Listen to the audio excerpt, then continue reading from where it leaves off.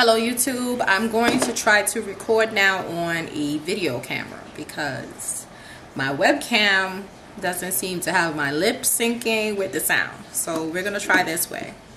And I wanted to tell everyone about Polycystic Ovary Syndrome. I said I would talk about it. Polycystic Ovary Syndrome, also known as PCOS, and that's what I'm going to refer to it from now on, is little cysts on the ovaries that look like a string of pearls. And basically what it is they're your follicles, your eggs, your egg follicles, the cells that are trying to mature, that are not being released from the ovary properly. So they remain there like fluid sacs, and they form like around the ovary, so it looks like a string of pearls. And that is how most doctors are able to even detect that you have it, along with some symptoms that you might have.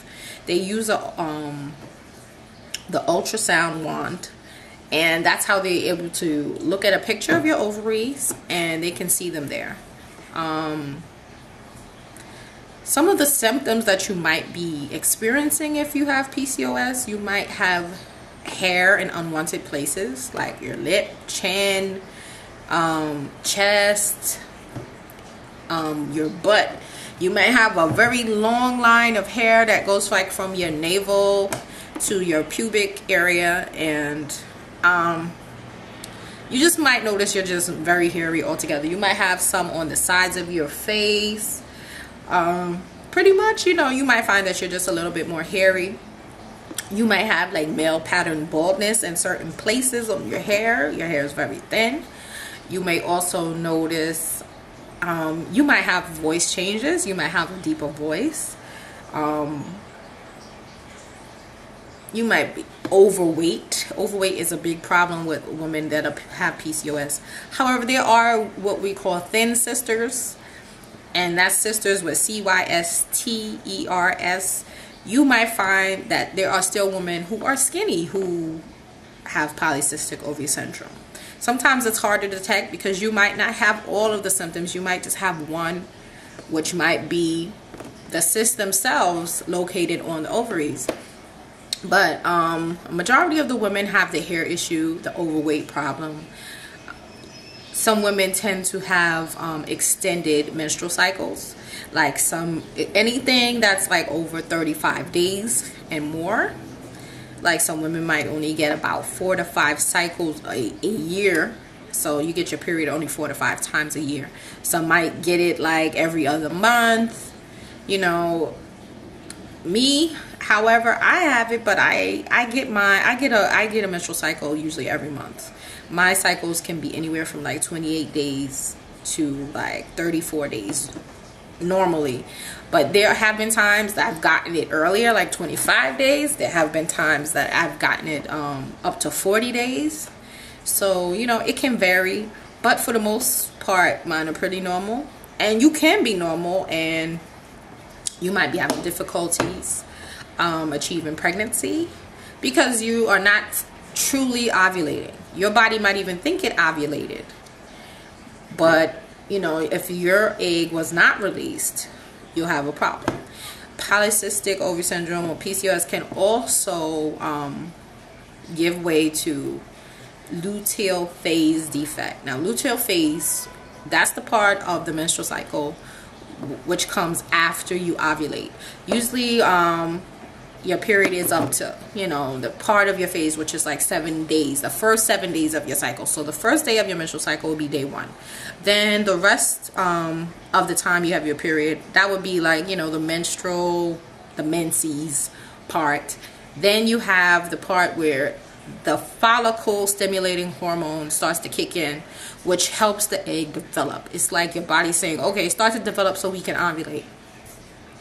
Now that's where women with polycystic ovary syndrome, you have problems, because it's like the body is reacting to the insulin levels in the body.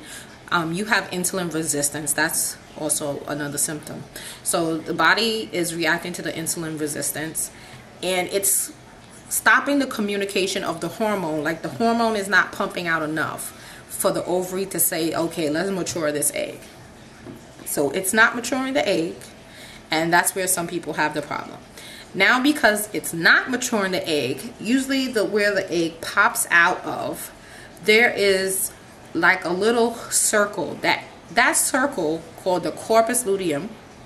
Hope I'm not losing everybody, but that little circle, it produces a hormone. It's like everything in your body has a job. So its job is to produce hormone to tell your uterus to get fat so that it can be a cushion for the fertilized egg.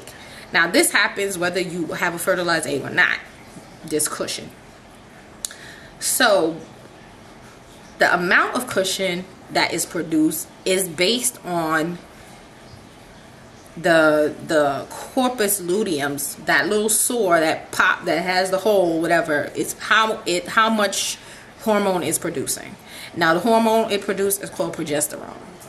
You might know progesterone very well because, you know, a lot of women with menopause deal with estrogen and progesterone. So, and that's what makes the lining of the uterus.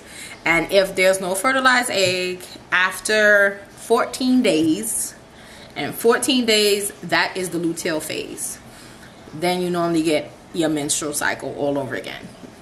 Okay?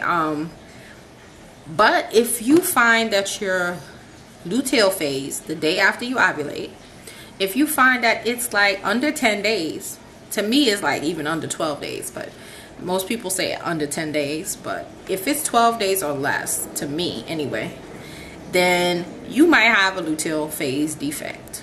You may have a defect, which could be from the polycystic ovary syndrome. Even some women have it who don't have polycystic ovary syndrome, but that means that your body's not producing enough progesterone to make a thick lining, not giving it enough time for an egg to fertilize, and that can be a problem if you're trying to conceive. So a lot of women with PCOS have that problem.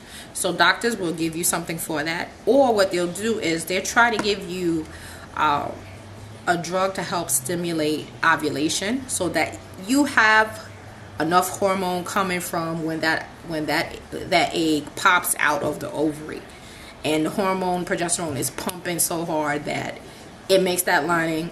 Then the fertilized egg can be, you know, can implant itself, and then your luteal phase is longer. And if you're successful, hopefully it's going to be as long as 10 months, because that's about how long you need it to be to have a successful, you know, pregnancy and birth. But also women with PCOS, you know, you can have very moody, very big moods. Oh my gosh, I can't tell you, there are times I feel like I'm going out of my mind. I'm very agitated, very irritable. Every little thing bothers me. I found that also in speaking to a lot of women with polycystic ovary syndrome, you have sleeping issues. I mean, just me personally, I don't know if there's research out there going on, but I have noticed, and I speak to a lot of them. I'll tell you about the websites in a minute.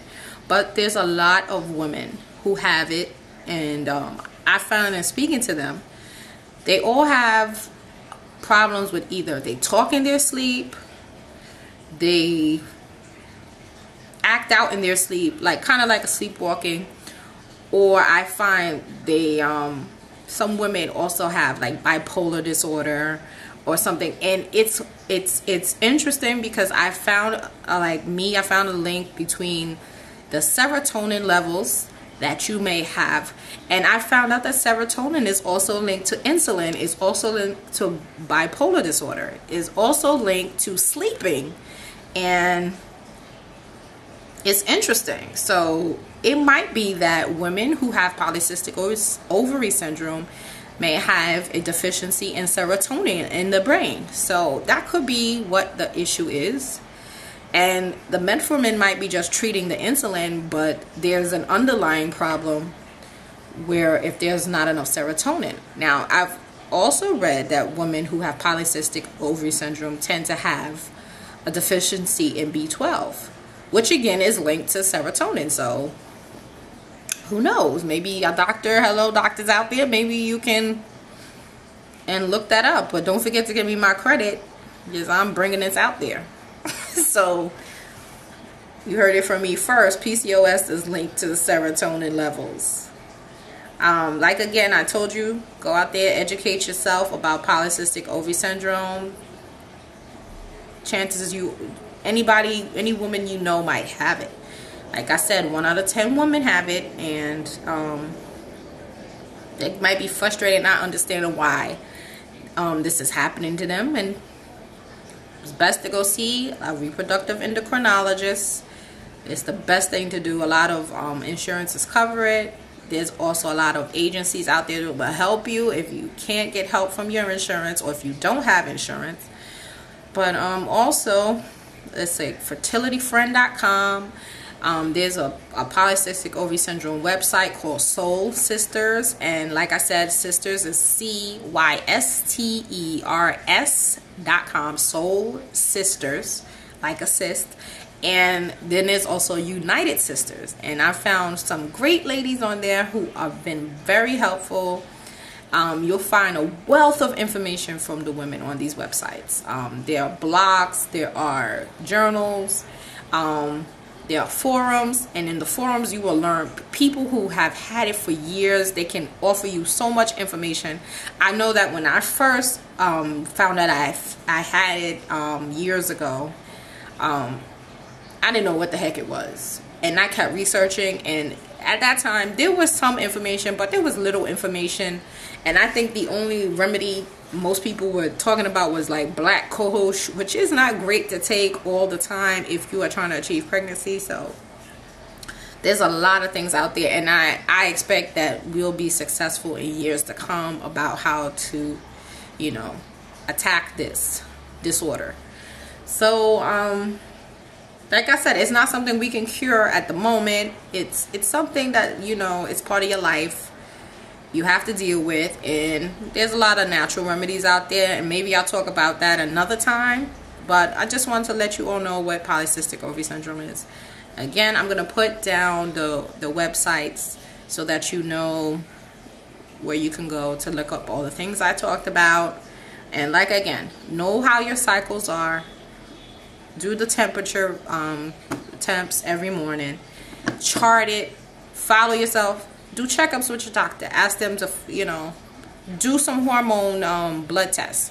See what's going on with you. And you got to do those blood hormone tests throughout your cycle. But that's about it.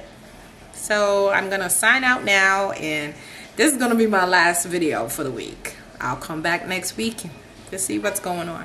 All right. Take care. Bye-bye.